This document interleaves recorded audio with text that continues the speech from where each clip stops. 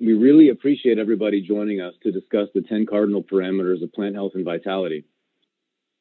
Our intention is to share some information that we, researchers, and other industry professionals in our ecosystem have collected and applied to large-scale cannabis cultivation facilities to minimize cultivation risks and maximize genetic expression.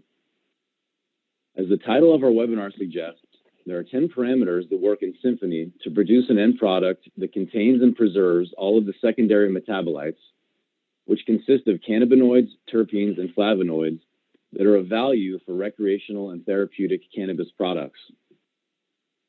The structure of today's webinar will consist of a 30-minute presentation by Jesse Porter, Inspire's Cannabis Business Specialist, and Robbie Batts, Inspire's Chief Technology Officer. With that, I'll pass it off to Rob to kick us off.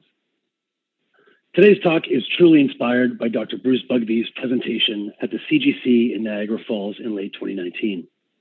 His sectioning of the main inputs into 9 cardinal parameters is something that brought us to the realization that all of the systems of plant growth are intertwined in a way that it's impossible to focus on one without having an impact on perhaps several others. So why do we have 10 and the esteemed Dr. Bugby has 9? Well, Dr. Bugby was specific about his 9 parameters being environmental only. We are humbly adding a 10th, which is microbes, because our conversation is specifically general plant inputs around cannabis. We've seen its impact on the high dollar value of the cannabis plant, and we would be remiss if we did not include them. We find that when most people talk about growing environments cannabis, they're most often looking for that nugget of wisdom as it pertains to VPD. And many of you probably joined for just that reason. Well, we don't blame you. It's a topic we take most seriously as a company that is built on a backbone of temperature and humidity control equipment and controllers. We're going to do a deeper dive shortly, but to set the stage, let's talk about it right here. VPD is vapor pressure deficit. It is water vapor pressure deficit. And our business at Inspire has become control of this very important metric by designing efficient systems that control, track, and trend the metrics. Some amazing things happen when you get it right, and we've seen some less than desirable things happen when you get it wrong. We take our job of dehumidifying and conditioning the air very seriously, because without some place for water to move from inside the plant to outside the plant, it would be impossible for plants to thrive. And at the end of the day, that's our business. Now, it's almost a true. It's important to both leaf temperature control and the photosynthetic process, amongst other things. But the real understanding that plants only use a small fraction of the water you give them is the start of a deeper understanding to environmental controls. See, water is pulled through the roots, up the stem, into the leaves, and would otherwise have no place to go except for the fact that there are tiny pores in the plant called stomata through which the water can escape. Now, these pores are mainly where CO2 enters the plant, oxygen gas leaves the plant, and also the water that entered the plant through the roots as a liquid evaporates out into the environment. Now, in order for the liquid to evaporate into the air, the surrounding air must be below the saturation threshold of water. Taking a closer look at the picture on the left that you're going to see again and again and again in this presentation, you can see that there is a substomatal cavity just on the inside of the stomata. The entire gas exchange process I mentioned in the previous slide, well, that happens here. And if the surrounding air is moist, there's a good balance of CO2 entering and H2O leaving the plant.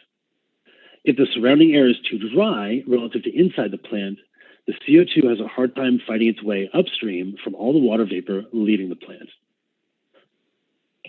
Now that that's out of the way, let's talk about the interplay of all these variables in the context of plant vitality.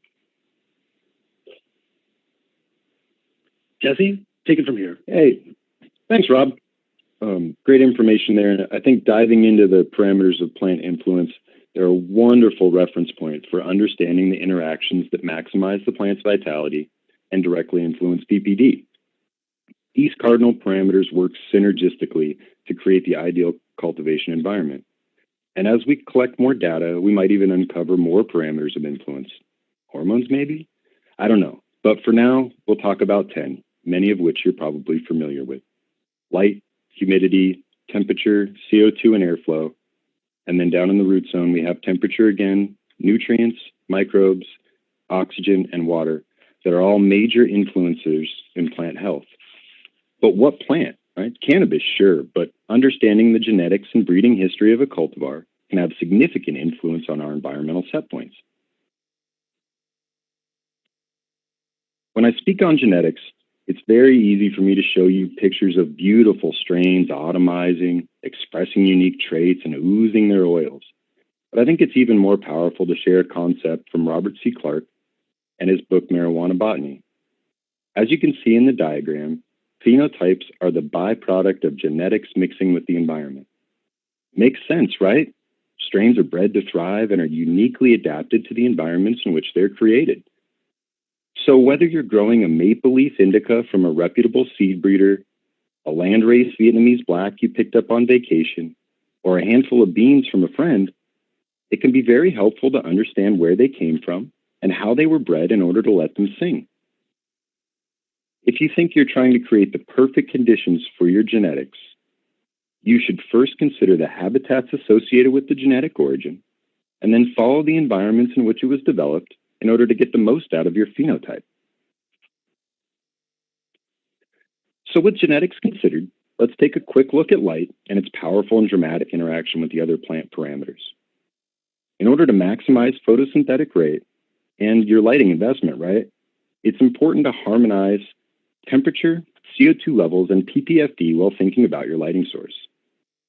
As you will see later, there are separate VPD charts for LED and HID lighting. This is because HID lighting emits radiant heat, which impacts the plant and leaf temperature. As a result, the same plant will prefer a lower temperatured room for HID for maximum production and a higher room temperature in an LED room. Maximizing the photosynthetic rate of cannabis requires a keen understanding of the relational set points associated with your lighting choice. And as mentioned, there's also a relationship between light and CO2. We know plants use light energy to convert CO2 and water into sugar and oxygen. It's photosynthesis, right? But we also know as light intensity goes up, the amount of CO2 utilized by the plant does too. CO2 is a plant food that passes through the stomata and is necessary for the photosynthetic process. And the amount of CO2 assimilation is directly related to the accumulation of plant biomass. So when you consider parts per million of CO2, you should correlate that to PPFD and the stage of plant growth. As the plant transitions from clone to veg to flower, CO2 can be increased alongside light intensity in order to maximize the plant's development. But what good is CO2 if you can't deliver it to the plants effectively, right? Airflow has a direct impact on how CO2 is delivered to the stomata. It also affects the leaf temperature, influences stomatal reactions, microclimate management, and VPD. In cannabis plants, the stomata is on the undersides of the leaves. So the most efficient way to deliver conditioned CO2-rich air is up through the canopy and directly to the undersides of the leaves. Now, as air passes the leaf surface, it has a drying and cooling effect that should be accounted for when determining room conditions and leaf temp. Airflow considerations are also imperative to a successful harvest, as it can break up canopy overlap, contribute to cultural control, help mitigate odor. It can even impact drying and curing, employee health, and overall IPM strategy. Airflow also plays a part in successful regulation of temperature and humidity. And on that note, I'll pass things back to Rob, who can talk about what happens when we get hot and wet. Thanks a lot, Jesse. At Inspire, we spent almost a decade trying to understand the interplay of temperature and humidity and its influence on plant metabolism. It turns out that when water evaporates from inside the substomatal cavity that I talked about before, it has the same effect as sweat leaving a person's skin. It'll cool the plant down and make the environment around it more moist. Now, the rate at which this happens is very important because the leaf has a somewhat narrow band of temperature where the chemical processes are most efficient. Efficient chemical processes inside of a plant mean higher yields and higher revenues. So if we measure this for a plant, It should be easy enough to just set the room temperature to the leaf temperature we want, right? And bingo, increased yield. Unfortunately, that's not the case. Although some days I really wish it was that easy. Instead, all sorts of variables affect leaf temperature, and leaf temperature is almost always not room temperature. Now, it's not exactly easy to measure this effect because leaf canopies are not a single temperature, as you can imagine. And in fact, they vary even across a single leaf. Now, in practice, the room is easy to measure. We set up an array of aspirated sensors inside or close to the leaf canopy and take our readings. But to understand the leaf temperature, most often we use an indirect measurement via, for example, a thermal imaging system. Now, it's important to remember that the primary heating source for a plant is the radiation that is absorbed by the leaf. And this comes from primarily two different sources. Now, in a room lit by HPS lights, we have the lights themselves that are throwing infrared photons into and through the canopy. Essentially, we have a source of heat similar to a microwave, heating the leaf from the inside out. Now, most LED lit rooms don't have this energy source. To maintain the correct leaf temperature, we have to bring heat to the plant by elevating the room temperature around it, and the walls and the surfaces provide some infrared input to heat the leaf up. And further, we'll use convection and warmer air inside the room to keep that leaf in the narrow band I mentioned before. Now, this might be a topic of a webinar in and of itself, but if you want to jump ahead, maybe hop onto Google and study the Bowen ratio. Now, this defines the amount of energy a plant thermal outputs and heat loss through the transpiration process. Now, speaking of which, remember what I told you before, that we need some sort of lower moisture environment so the plants can transpire and the water can move through the plant? Well, that's true, but let's talk about humidity in a different context. Let's talk about the pests that thrive in humid environments. Now, we're going to be showing you some tables later that indicate a good humidity relative to temperature for different stages of growing environments and growing rooms. And this might lead you to believe that anywhere inside those ranges is good for plant health. That may be considered true, but for the most part, inside of a room where we are moving often hundreds of gallons of water through the air, we have to be careful not to give the pests a place to thrive. Now, it's widely understood that humidity has a direct impact on things like powdery mildew and botrytis. Keep this in mind. The general rule of thumb is the wetter the room, the higher the likelihood that even a small outbreak of these pests can become unmanageable and revenue destroying. So what about the plants now and the effect of humidity on them? When we look at this leaf cross-section, we have to remember that in order for the plant to use and move water, we need to have a humidity level outside the plant that is less than inside. This difference is literally sucking the water through the plant. This difference is VPD. Now, it's actually a fairly simple task to get an appropriate VPD chart if you know just three of the things I've already mentioned. Get yourself over to the website you see in the bottom right-hand corner with your room temperature, your room humidity, and leaf temperature in hand. And voila, you can generate a VPD chart for almost any type of growing environment, assuming that the chart is drawn for whatever plant you're growing with. But don't forget, lighting type affects how the chart is drawn. The chart below might be the kind of chart you'd use in an LED lit room, and this is the kind of chart you would find if you're using an HPS or CMH lit room. Notice that the corresponding good areas of transpiration have changed. Well, let's make things a little more complicated. As you can see from this chart, on the right-hand side, a plant will photosynthesize less and less as the VPD increases, that is, as we make the environment drier. But as we decrease the VPD, make it more humid, the photosynthesis will increase, but so does the ability of a pathogen to thrive. There's a balance in there somewhere, and understanding that is going to be really critical to understanding how you can maximize the plants in your facility. Now, remember when I told you that leaf temperature is not room temperature, and that we had to use different types of measurement systems for both types of temperatures? Well, let's see how really, really complicated this can get when we look at a 15-hour leaf and room temperature trend in one of the rooms that we've put plants in. As you can see here, things change dramatically. If I wanted to take a look at just this differential, you can see here that the difference between the leaf temperature and the air temperature changes almost minute by minute. The peaks on the left and right-hand side indicate areas when the lights are on, and the valley in the middle is when the lights are off. In this specific room, if you're trying to manage VPD with a static chart on the wall, you might have a hard time.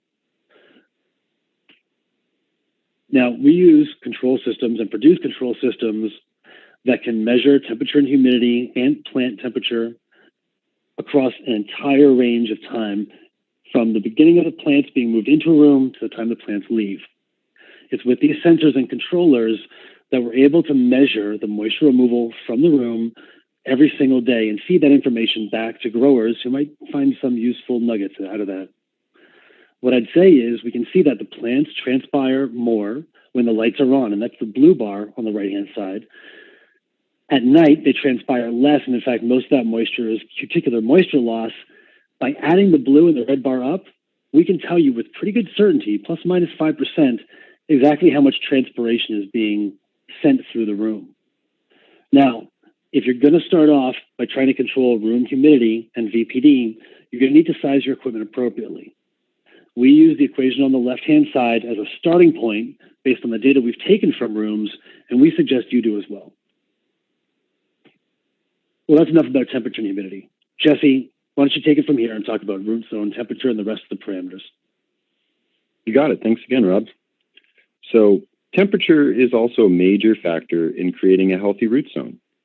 When it comes to the root zone, I think it's really important to consider the media and its role in root zone thermoregulation. For example, we know that soil holds its temperature differently than rock will. And if you're thinking about an aeroponic approach, it's going to be heavily influenced by water temperature and room conditions. Now, root zone temps play an important role in nutrient uptake and root exudate production. For example, studies show us that root zone temps higher than 77 degrees inhibit the uptake of calcium and other nutrients.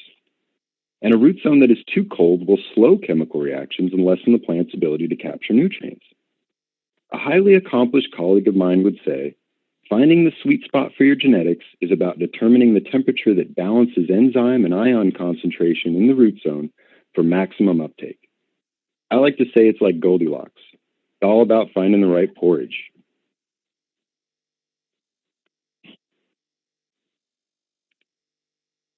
And when it comes to mealtime for your plants, we know there are many different nutrients and delivery techniques available to the cannabis cultivator. Many of us even have our own secret recipes. Despite that, one thing holds true for every successful nutrient regimen. It's directly connected to transpiration. Might seem like a stretch at first, but when you think about how mobile nutrients are moved by the plant and immobile nutrients are moved through the transpiration process, it becomes more clear. In order to maximize your plant's uptake of immobile nutrients, you must maximize the movement of water through the plant. Otherwise, the nutrients will never get where they're supposed to go. We can collect some great information on transpiration and plant nutrition. First, we can test the nutrients available in the media and use that as a baseline for comparing leaf tissue analysis from new growth and old growth on the same plant. If we discover immobile nutrients lacking at any stage of growth, we can assume we miss an opportunity to maximize transpiration and nutrient translocation. Now, oxygen is another very important plant influencer. We know oxygen is something that your plants give off during the process of photosynthesis, but oxygen in the root zone also plays a critical role in roots breathing, chemicals interacting, and good microbes breeding. Now, if the media becomes compacted or the roots grow in an anaerobic condition, the roots will suffocate. Chemical reactions will slow, and your plant's growth will too. An anaerobic root zone is also a breeding zone for pathogens that will negatively affect plant health. Oxygen, water, and temperature are all interacting factors. We know that cold water holds more oxygen, but you don't want to put ice water on your roots, right? It's about balancing this knowledge with your media choice, room conditions, plant stage, and other factors to make sure oxygen is allowed to function most appropriately. Oxygen also helps us create an environment where good microbes thrive and pathogens don't. There are many different microbes on this planet that directly influence cannabis. One example Rob mentioned earlier was the botrytis that's all around us. Preventing conditions for it to take hold involve appropriate dehumidification, integrated biological filtration, airflow considerations, and proper staff training. But there's also good microbes we should think about managing. Beneficial fungal colonies will thrive on plants' roots in an oxygenated environment. Root zone fungus like Rhizophagus irregularis provides sugars to bacteria as a reward for making nutrients available in the rhizosphere. Sounds relatively simple, but managing protozoa, nematodes, microarthropods, fungi, and bacteria can be a real challenge when oxygen levels are low and fungal and bacterial pests begin to take hold. Instead, it's more about creating an oxygenated rooting environment where good microbes can maximize nutrient uptake, stimulate growth, and protect against pests and pathogens. Good and bad microbes like bacteria, virus, and fungus can be controlled if the appropriate environmental conditions are maintained.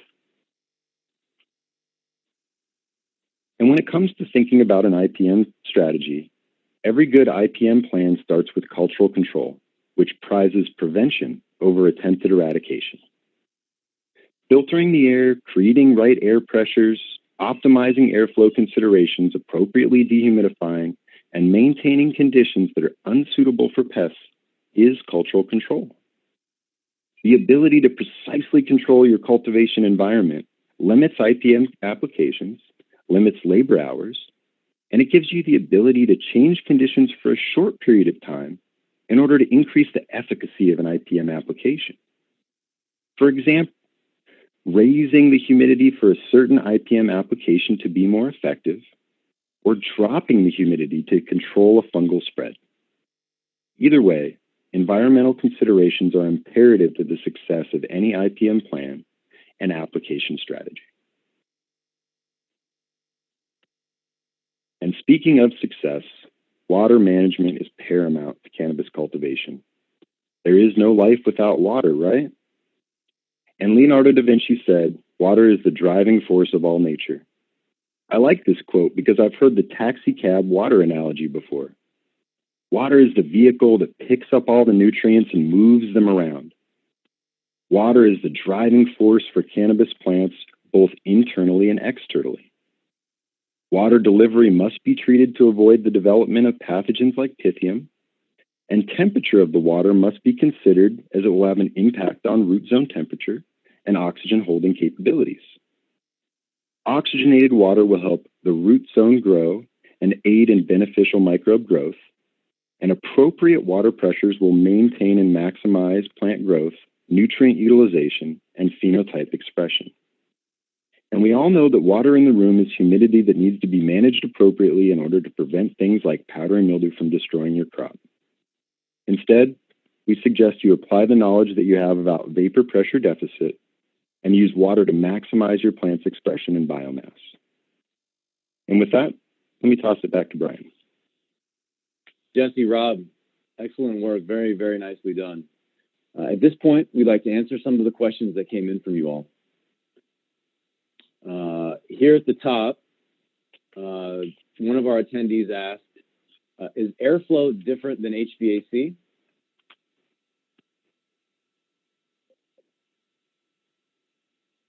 Yeah, I think that's a really good question. And I think when you think about airflow considerations for a room, sometimes we separate them from an integrated HVAC approach.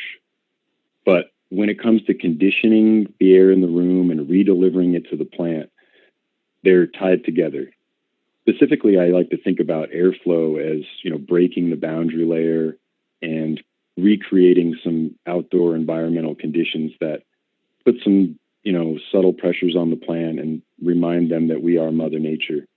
When it comes to the bigger HVAC conditioning aspect, it's about removing the water that doesn't need to be there, and controlling the environment in a way that we're filtering biological pathogens and we're cleaning the system and that we're maintaining the temperature and humidity set points in a space.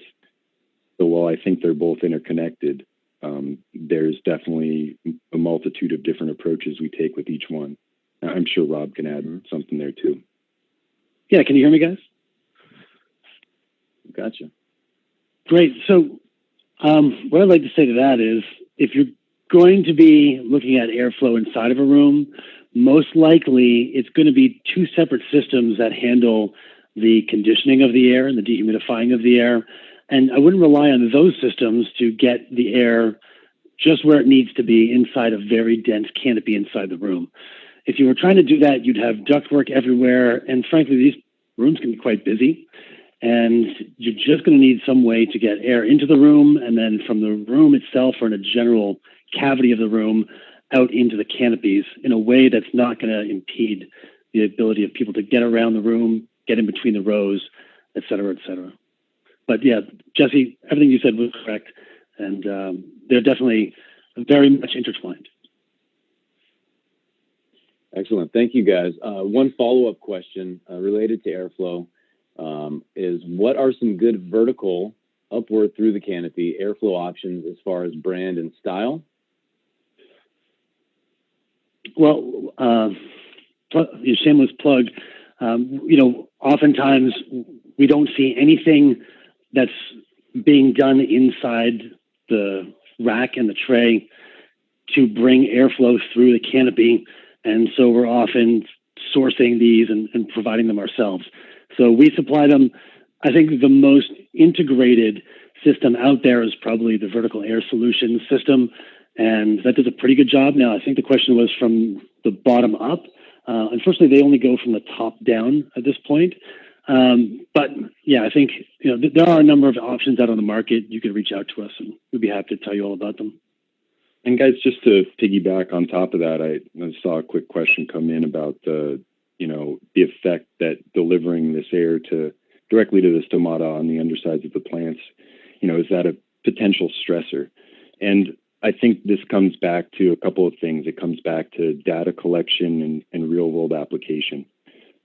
Absolutely, if we apply too much airflow too fast, we can affect the stomata negatively. We can get it to close. We can slow the plant's metabolic rate. So when it comes to this airflow delivery, it's really about making sure of two things: that the air is the appropriate temperature and humidity, so it's conditioned, and also that the rate of airflow, the actual velocity in which it's delivered to the plant, I think our studies show somewhere around a meter per second. I could be wrong on that, but we've done some in-depth data and studies, and just to show or just to get an idea of how much airflow we need to apply to that leaf surface to positively affect the plant, to break the boundary layer and deliver that CO2 without any stressors, without any leaf curl, without any negative reactions to the environment. And it's just key that air is conditioned and delivered at the right velocity to avoid that kind of stress. Hopefully that's a little bit of insight on that concept. Thanks, Jesse. Makes sense. Another question I have here is: does VPD and transpiration continue as a plant process post-harvest? So this is Rob here. I think that the transpiration process does not. The transpiration is that full cycle. The water enters through the root system, up to the stem, and then out to the stomata of the leaves. At some point, when you've trimmed the plants, you've harvested it, that process stops. There are no more roots. There's no more water going through the stem. You're going to start seeing water leave the plant through the stomata or through that cuticular membrane on the leaves themselves. That is very much VPD dependent. Now, it's not a VPD chart you would use or find on the website I showed you before, but it's very much dependent on how much humidity is in the room, the temperature of the room, and the temperature and moisture content of the leaves. And those two things will play off each other. Four things of the two subsets from the plant and the room, those things will play off each other and dramatically affect how quickly or how slowly that plant dries. And further, it'll affect the consistency of the drying. So many times we see a harvest lose so much value in the drying and curing process because it was dried inconsistently. It's crusty outside on the bud and a really moist interior that's just perfect for pathogen growth. And that right there is going to strip apart all the value you've put into that plant to that point. Mm-hmm. Yeah, it sounds like a great segue into our next webinar. More to come. Another question here. Can you provide a recommendation for maintaining soil temperature in large fabric beds?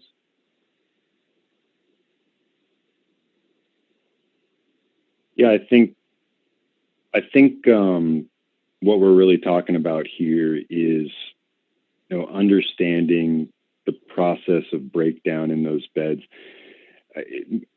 What I'm picturing here is a no-till kind of approach where people are trying to maintain beds, or even just a soil recycling system where people are trying to sort of maintain the temperatures in those beds. And obviously we know that there's a pretty significant influence from the airflow and the temperature and humidity set points, how they're going to impact that soil. But I also think it's important to sort of think about the chemical breakdown and the nutrients that you're going with. If you have a soil-based program and you have a lot of really good organic inputs that are continually breaking down, and you have a lot of microbial activity, there's going to be a good chance that you have wonderful microclimates. This way, we're talking about microclimates in a good way in that soil structure that allow certain fungal and bacterial colonies to thrive and spread their wings and sort of encapsulate those roots and protect them from some of the environmental threats. I also think it's important to think about water temperature. A lot of times we don't think about that delivery temperature. And if we deliver water that's really cold to a cold root zone when the lights are off, it's cold on cold on cold. And if we can deliver the water to the root zone after the lights have come on, we have a little bit of warmth in that room. We have a little bit of process going on in that plant. And if the water is warm enough but not too warm, again, back to that Goldilocks porridge, we can use that to sort of maintain the soil temperature, or any media temperature for that matter as well. Hopefully that provides a little insight there. And Brian, I'd like to add a little something too. Back when we were doing work in the mushroom industry, large soil beds were kind of the de facto standard for growing mushrooms inside of a cold, wet, dark room. And so maintaining those bed temperatures was pretty important. And some of the methods they use there, and I've seen some of this in the cannabis industry, people attempting it anyways, would be to use basically piping, a coiled piping, a radiant floor type system underneath the bed. You could put cool or hot water through it and end up with a temperature control scheme that way. And we've also seen people attempt to use phase change material, kind of novel. Now's probably not the time to get into it, but we've tried to see them use phase change material. I can't tell you how well it worked out. I can find out for you and let the person who asked the question know. Great. Thank you very much. Stephen, I see that your hand is up and that you also have asked the question. I'll try and ask your question here shortly. If you have more questions or follow-ups, I can also bring you on live to chat with us. So just let us know on that. The next question I'd like to ask is, indoor agriculture is very energy intensive. What are some ways to be more efficient with HVAC? And are there any sacrifices that are made to plant performance as a result? Boy, you just threw me a soft one there, I guess. At Inspire, we've designed and built some very efficient ways to dehumidify the air. The challenge is one of being able to use the energy you're putting into the system in a novel way. In standard dehumidification systems, they do that by using compressor energy to reheat the air after they've cooled it to that temperature where you get all the moisture out. We and some other manufacturers in the industry go a step further, and we will move the air from one spot to the other inside the air handling unit, in essence, pre-cooling the air before it hits the cooling coil, and using that same room energy to reheat the air back up. And effectively, we get 30 to 50% less compressor energy out of it. There are other very, very sophisticated ways, including desiccants, to increase the energy efficiency of the whole growing process. But beyond all that, making smart light choices will probably help drive the efficiency of the facility. And also, we know that LED rooms, which are much warmer, have a much easier ability to we have a much easier ability to dehumidify that air using less compressor tonnage. So those factors all combine, and from one to the other, we could see energy use 50% in an efficient building compared to a standard building, a legacy system that was being built and designed. I guess even today, but usually we saw them mostly 5 years ago or so. Does that answer your question? I hope it answers the person's question. I believe so, but the second part would be, are there any sacrifices that are made to plant performance as a result of the more energy efficient process? There can be, but that has more to do with the choices you make in general. If you don't have systems that can modulate and that can handle the cool times at night versus the hot times during the day and those transitions in between, it's the modulating equipment. If you're not using it, that's where you're going to find the challenges. It's one thing to throw a dump truck at it, but if you don't have a really effective gas pedal either on a dump truck or an efficient Prius, then you're not going to have a really good chance controlling those systems. And that's where the sacrifice comes in. I mean, the plant health will really suffer if you give those pests a place to thrive, if you're not doing the right thing for the root zone temperature, et cetera. Yeah, I got it. I like that analogy. Very cool. Okay. Got a question here from another attendee. Temperature, humidity, and airflow conditions can vary widely within a room. Is there an ideal room size for optimal quality? At what point does an increase in room size jeopardize plant quality? You guys have any sort of at least general ideas around room size? Yeah, I mean, I think that, let me take a stab at this, Rob, and you can follow it up. I think for the most part, as we've all transitioned to larger scale cultivation facilities, we've started to sort of appreciate the smaller room size for isolation purposes and, prevention of spreads.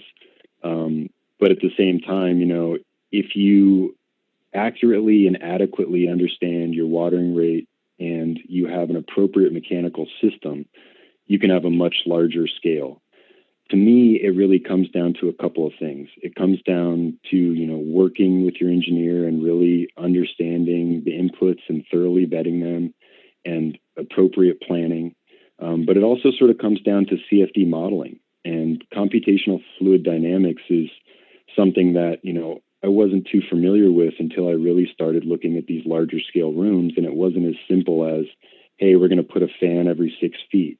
This rule of thumb for traditional legacy growers was still applicable, but we needed to take those inputs and sort of take them to a data-driven science level. And by doing the modeling, we're usually capable of determining, how many air exchanges we're going to have, per couple of minutes, or, where that air is going to flow, the potentiality for dead spots, and as a result, we can adjust our mechanical influences and cultural control in that space to make sure that we are controlling the space as a whole.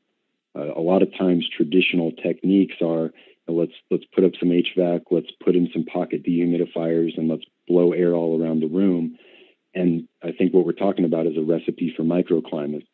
And without the appropriate planning and the appropriate data collection, it's really hard to get all those things on the same page and actually manage the envelope as a whole.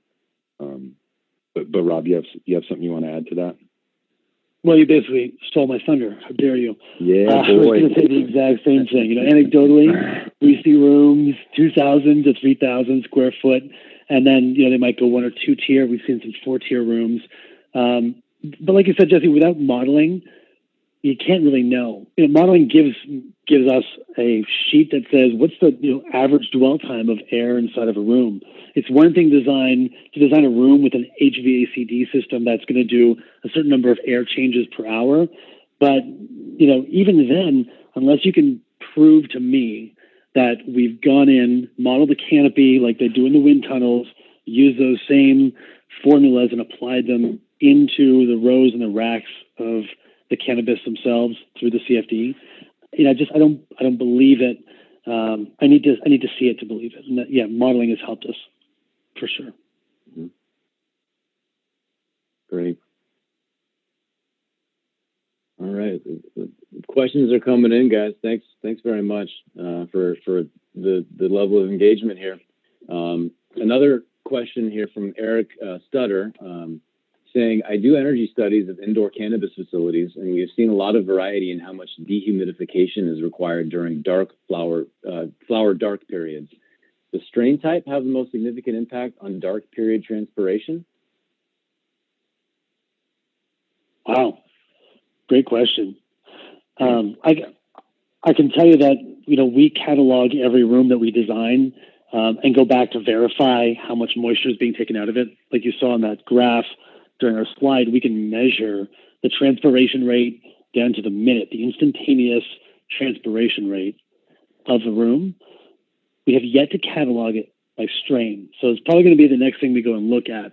Now, our rooms are generally designed on day one to handle a wide variety of plants. So we don't want to limit a grower or a facility to a specific strain on day one, and then 6 months later, market conditions change, et cetera. We always advise using standard rules of thumb and going just a little bit bigger than that for your room dehumidification design. But that being said, I can't wait to go back and look at that data. Very interesting. I'm curious to know. Mm-hmm.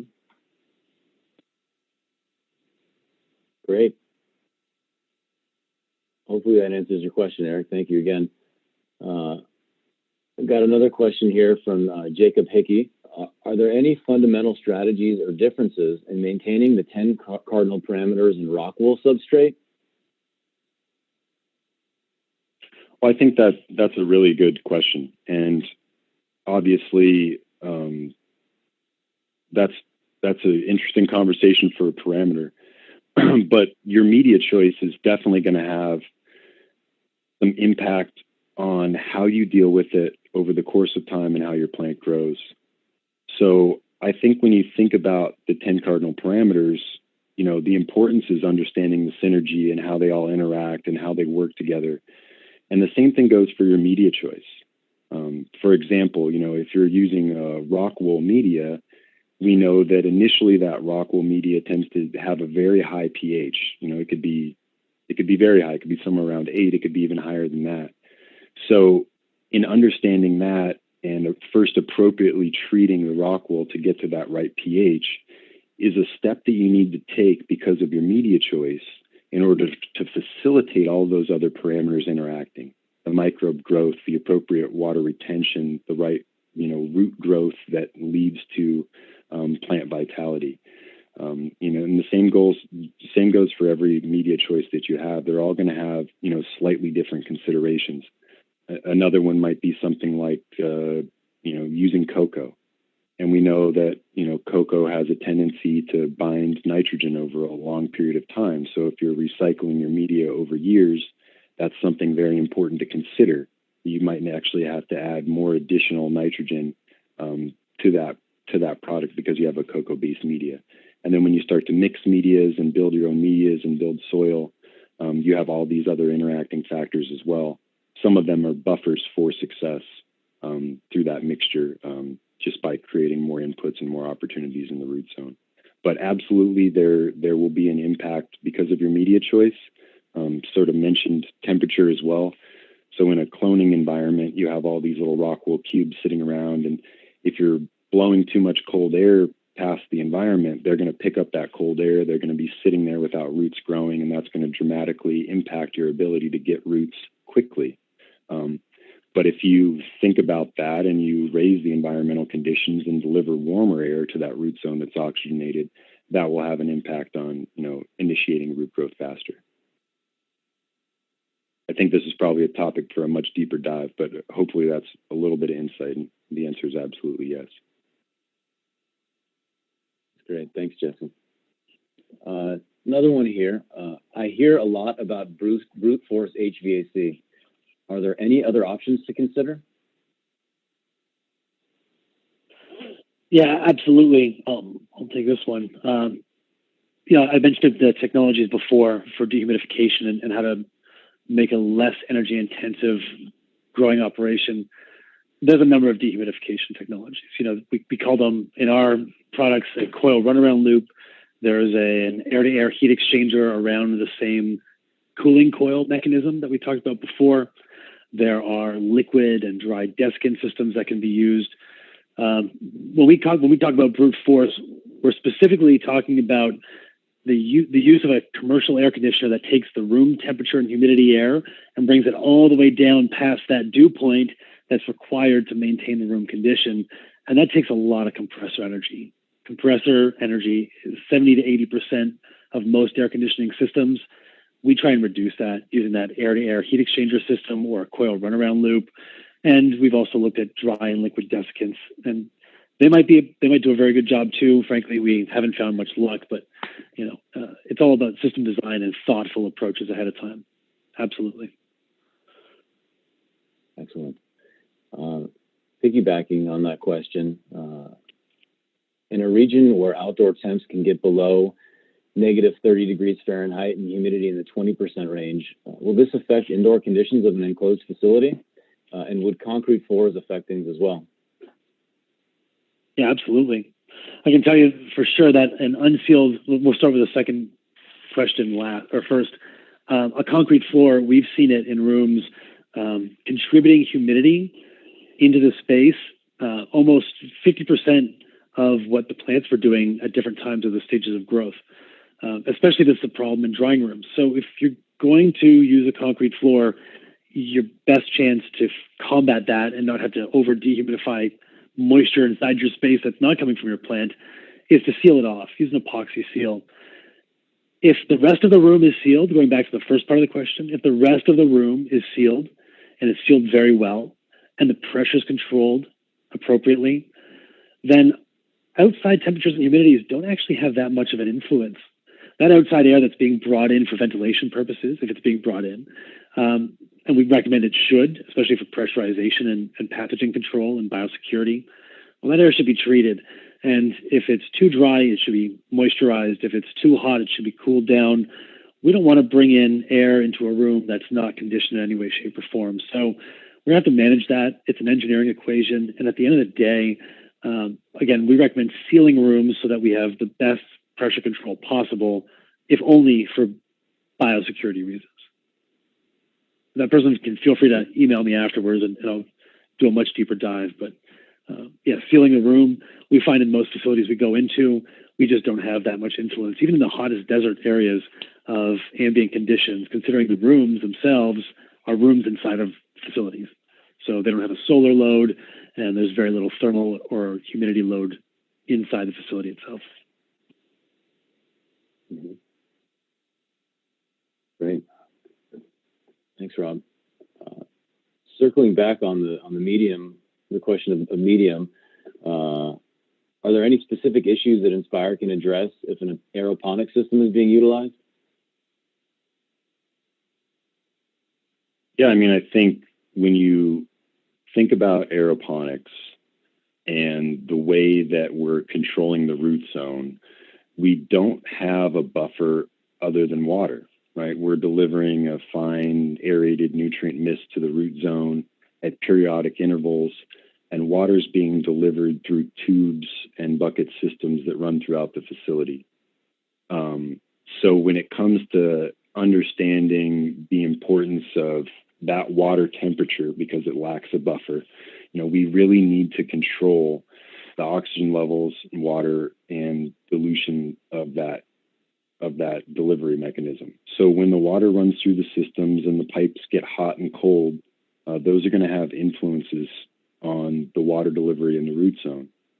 So in an aeroponic setting, it becomes of critical importance to control the ambient temperatures, to control the room temps and make sure that you don't have dramatic spikes, that you can stabilize the delivery of that water throughout the entire propagation period. Does that make sense? Yeah, that's great. Thank you. It looks like we have time for maybe one more question here. Circling back on the concept of drying rooms, which again, we'll take a much deeper dive on with our next webinar session. The question is, have you found an accurate way to estimate pounds per hour water loss of product in dry rooms on an hourly basis based on product mass, volume, percent moisture content, and or VPD? in turn being able to accurately size the dry room HVAC system and control properly through the drying process? Great question. Yeah, I can take that one on. So I would say that, yeah, absolutely we have. And just like you saw in that graph with the red and blue bars, we can watch product in a room lose water weight at a certain pace based on the effective temperature and humidity control of that space. So starting at the beginning, if we can control the temperature and the humidity to the customer's desired requirements, that means we are removing the moisture that's coming off of the plant, off of the harvest, at a specified rate. But we use sensors that are accurate enough and have verified this with weighed product in the field, weighed over time, to know that our air conditioning system feeds back the moisture removal rate from the product itself. So we use our air conditioning system controllers to tell the growers and the harvesting team how much water is being lost on a pound per hour basis. That being said, we know that water starts at a certain moisture content, and the customer typically wants a targeted moisture content at the end of the drying process. What we do is we look at that difference in pounds of water coming out of the product and say, how many days do you want that product removed? How many days do you want that weight removed? And usually we end up with a number that's 7 to 10 days. You can make it go faster than 7 to 10 days by heating up the room, but you're probably going to do negative things to the plant. You can slow it down and really essentially slow down the plant drying process. These are all things that we play with, and it all goes back to really good sensors on the equipment that's doing the dehumidification and knowing from that exactly how that moisture loss is being handled. Terrific. All right, hey, one more question, and we're going to have to sign off here in respect of everybody's time. For any of the questions that we didn't answer, please feel free to reach out to us directly, and we'd be happy to talk with you more. The final question here is, do you think recirculating molecular filtration equipment for odor mitigation has a negative effect on live cannabis in the space? Say that one question one more time. Circulating. Do you think recirculating molecular filtration equipment, such as activated carbon, for odor mitigation has a negative effect on the live cannabis in the space? Oh, that's a pretty good question. I can tell you that we talked about VPD, which is, well, when we talked about it in this context, it was water vapor pressure deficit. I can tell you that there's also a vapor pressure for other products inside the cannabis, like the terpenes themselves, that if you remove them, you may end up causing a deficit of the terpene in the air, which would have a detrimental effect of the terpene on the plant, which is going to evaporate into the room. Now, how much carbon filtration do you have to use inside of a room to drop the vapor pressure down of a terpene to affect the plant? Don't know the answer to that. I can tell you that most times recirculated air isn't going through a carbon filtration scheme. In fact, it's only the air that's being ejected out of the room in the facilities we design that's going through carbon filtration. So the answer may or may not be yes. I don't think using carbon filters in your recirculating airstream is necessarily a good idea. The pressure drops are high. There's all sorts of other things that they're really going to impact your bottom line in a facility. That's how I'd answer that question. I hope I did answer it. Again, the person can reach out to me if they want. Jesse, do you have anything to add? No, I think that was really good. I think when it comes to, recirculating, and it's better to make a really good stab at trying to do it right than, necessarily think about the minor implications that you might have for that recirculated air. We know that stale and stagnant air is going to be a health issue for people and plants in the like. And just like you mentioned, as far as an integrated system, it's probably looking more like some sort of capture filter, like a MERV 13, followed by some sort of secondary treatment, whether that's UV or photocatalytic oxidation or something like that. in order to make that recirculation path sort of make sense for a long period of time. The replacement on those carbon filters can be really tricky as well. You know, you might run them for a couple of cycles and then not know if they're full and not know if you need to throw them away and maybe not be able to accurately determine that. So I have my concerns with carbon as well, but I think you touched on that, Rob. We really just sort of use it as the exhaust odor mitigation, and we do some pre-filter before that for the integrated room system. Excellent. Excellent. All right, everybody. Looks like our time is up. We'd like to thank you all again for spending the last hour with us, and we look forward to having you participate in future events. Hope you all have a great day. Thanks, everyone. Yeah, thanks. Thanks, everybody.